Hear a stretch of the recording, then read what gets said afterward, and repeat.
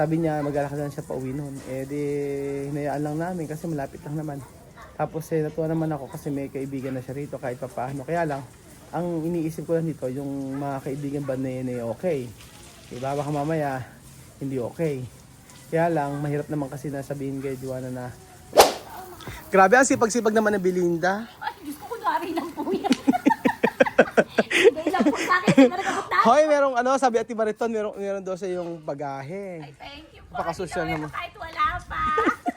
Totoo nga, Belinda. Totoo ba? Oo, meron daw siya yung nag-iipon daw sila, nagbibili siya ng ng mga gamit.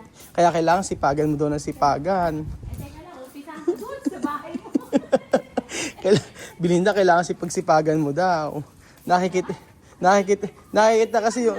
Nakikita kasi yung effort mo sa pamamasada. May kinikita ka ba sa pamamasada mo? Ha? May kinikita ka sa pamamasada mo? Pagkasalina naman, kahit pa paano.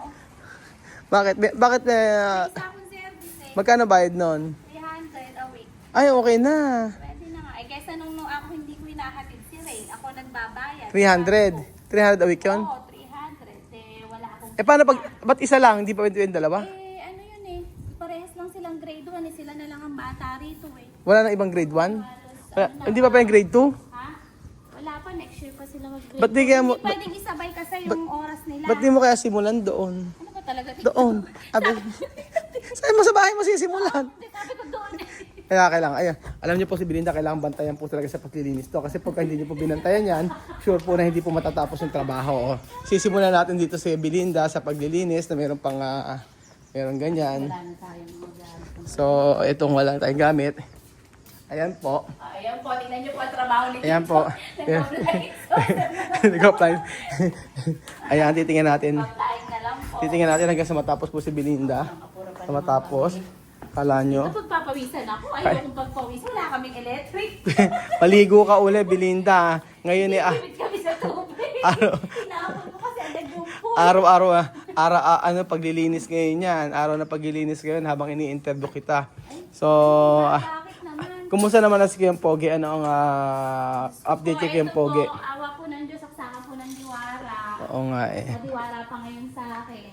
Pero nakakalakad naman na, di Ay, ba? napakabilis, di ba? Pinasa namin Siya- yung video. Siya na, oo. Akala mo zombie. Oo nga. Hindi niya ka lumakad. Parang- So, ikaw makalakad na agad. Oo. Ano pa siya tawag dito? Nagdadrama pa. Nagdadrama nga kahapon. Abe, sabi ko naman. Abe, sabi sa oo. Hindi ko na ikaw natulungan sa pag... Abe, kasi... Intindihan ka naman ka. Kaya nga, abe nagdadrama kahapon si Kiyang Pogi. Sabing gano'n eh, pasensya na Eka. Ruwen, di kita Eka mapag-drive. Eh kasi nga, di ba, kahit meron siya, kahit may may mag-drive siya or hindi, may sahod pa rin naman. Napoprovide natin yung pangangailangan nila. Kaya nagde-emote-emote kahapon si Kiyang Pogi. Ang daming sinasabi. Hindi ko na nireply. Nag-emote eh. Kasi nga parang kasi iniisip niya parang siyang walang silbi, gano'n. Yung gano'n. Yun yung iniisip. Kung naiintindihan ka naman, no? Kaya nga eh. Pag naka-recover ka, sige, puspusan mo ka ako on drive, huwag ka akong lulubay. Kaya nga, lang siya, Hindi ko ang isipin mo, magpagaling. magpalakas ka. Ay, napakadiwara. Madiwara. May diwara si Axel. Eh, paano nga, mahirap kasi pagka Eh, sabi ni Ate Lisa, talaga itong ganyan. Ganun kasi pagka, Tapos, pag ayaw gawin yung dapat niya gawin, Oo. siya, ikaw may kapansinin. Para huwag mo ikaw mini baby. sumisigaw eh, no? Oo, sumisigaw siya. Lalo na kay Axel. Diba, makulit kasi si Axel. Kasi si Axel. Ayaw niya na kasi ng maingay ngayon. Pero ano naman kumaga, nakakaligo naman siya pag mag-isa. Hindi pa. Ay, hindi Ito pa. Gabay ko pa rin. Ah, Sana takot pa rin siyang madulas. Yung akala ko nakakaano. Pero nakukuskus niya na unti-unti katawan niya, pero hindi pa ganun Oo, pa. akala ko nakakapag-ano na si, Gagabay-gabay ko pa rin. akala ko nakakapag-drive na nakakapag-drive, nakakaligo ng mabuti si Kiyang Pogi. So, yung ating beach Kailangan dito. maliwanag pag lumabas ako. Na Bejun, ano masasa? Bejun. Bejun, may sinasabi si Belinda. May sinasabi si Belinda. Ano na naman? Sabing gan. Talaga, wala naman akong sinasabi ah. Pero kung sinasabi, di ba? Sabi mo si Bejun. Kuya, Nagpapanggap pasensya na ganyan talaga ngayon. Ay, wala akong sinasabi, may sinasabi. Kaya umuho ka na lang kung may ano ka mo yun. Kuya Bejun. Tuturuan na kita, Kuya Bal, sa sumagot. Oo. Ano yun? Sabi mo gano'n agad. Ano kaya, Ben? Para asipag mo talaga, Belinda. Ay, may sinasabi si Bessie Bell yun sa'yo. Hindi na, seryoso na nga. Ano na nga yung update kay Pogi? Ano na masasabi mo? Eh, di okay na. Di, syempre masaya kasi nakaka-recover na siya ng gusto. Ang gusto na lang niya talaga, makalakad ng tuluyan. Diretso. Oo. Oo. Kasi may bigat pa ng konti paa niya eh. Tapos yung kamay niya. Pero bina-blood pressure mo ba siya? Hindi na. Oo, lagi naman si Ate Lisa. Ah, si Ate Kapag Lisa. Medyo, pag blood ko siya pag sinasabi niya, pag parang may masakit yung ulo niya, gano'n. Oo. Pag binlad ko naman, ganun pa rin naman. Sabi ko, nangalay lang niya kasi nagsiselfone, nanonood lang kung ano-ano sa Pero Facebook. kailan ang check-up niya? Ano pa, April. Ah, April pa naman Kaya pala. matagal pa. Kaya ano, medyo maganda-ganda na yung ano niya kasi konti na lang iniinom ng gamot. Ano na Mm. lang, 4 na piraso na lang. 3 sa umaga, isa sa Oo. Pakiwalasan mo nga ito, Bilins. isa sa gabi. Maalikabok. Ay, na naman, ay higa na naman. Iyan mo nga. Iayos mo yan. Kailangan ayos. Wala pa naman kami na maglinis kanina. Wala pa pala. Kala namin ngayon. Excuse me. Yung Marimar. Kala mo naman. Oh, yan. Inano nga yung taas eh. Maayos yung taas na. Pero mali sa loob. Bininda ito na-miss mo to. Oh. Na-miss mo. Nilinis na namin. Nilagyan ko na rin ng bedding siyang baba. Kompleto na pala to.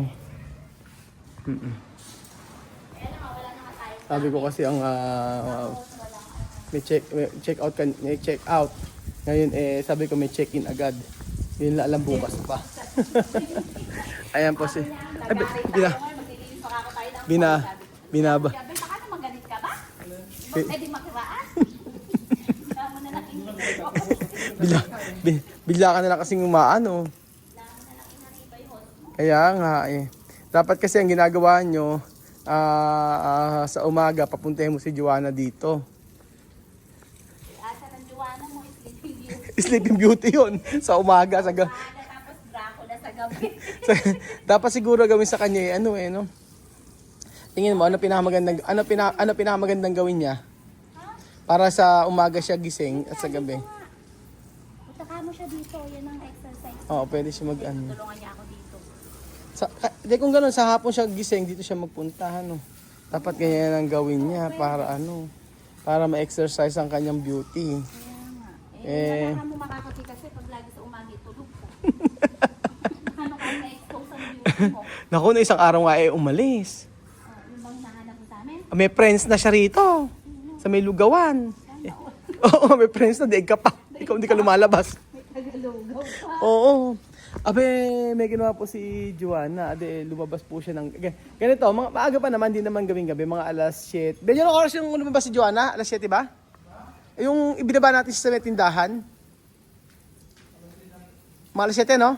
Oo, mga alas 7 kasi magla-live pa ako alas 8 eh. Abay, alas 7 po ng gabi, umalis si Joanna. Tapos kasama namin. Meron kami binili sa tindahan. Tapos po, pagkayari, kaya... after namin po sa tindahan,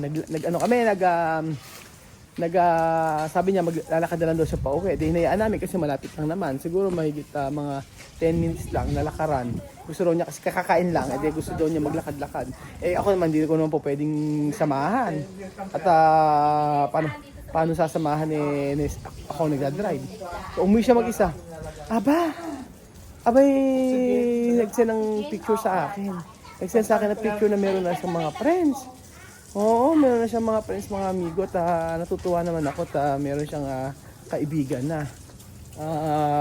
Sabi ko nga, naku, na naman ako si Joanna kahit pa paano at naglalabas-labas. Pero sinabihan ko, Billy, ito pa sa kabila.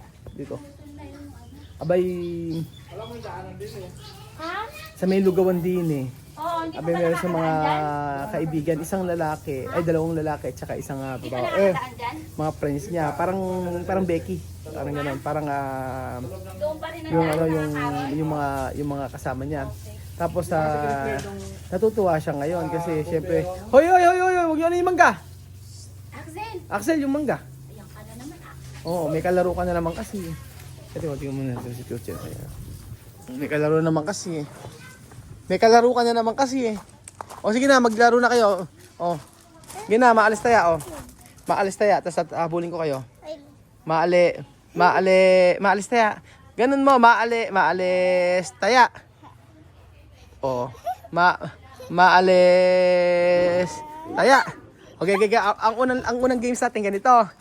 Karera kung sino ang makakaabot dito. Oh, Axel ha. Sige, Axel muna. Okay. Hindi alam sige, 1 2 3. Oh. Ah.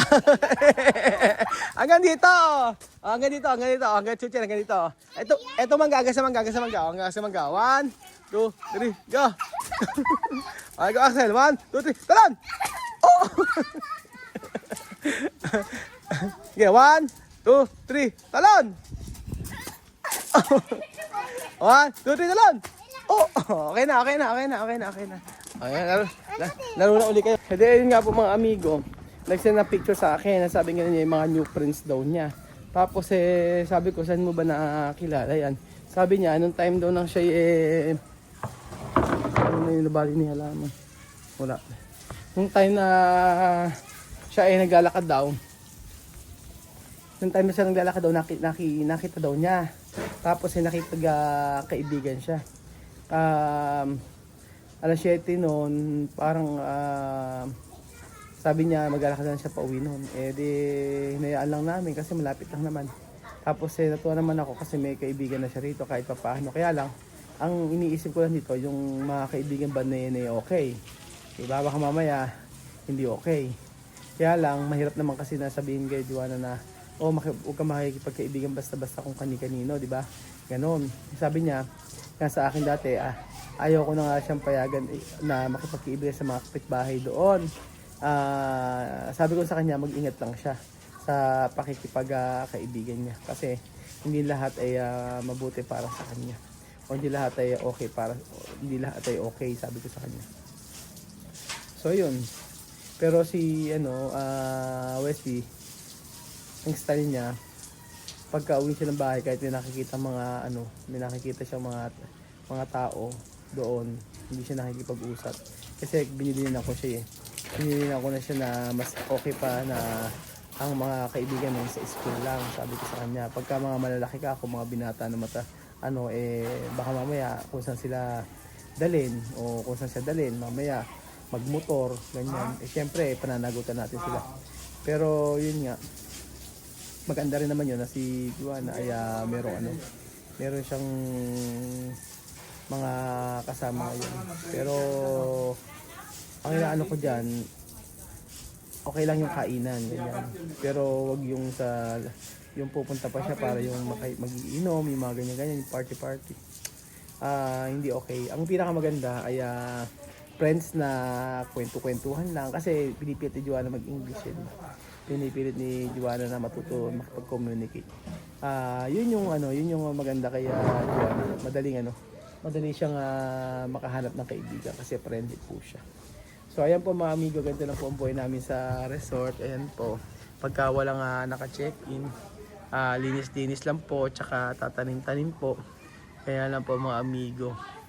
So ayan, mga halaman natin, dumadami na po yung mga halaman natin sa resort. Kaya po niyan.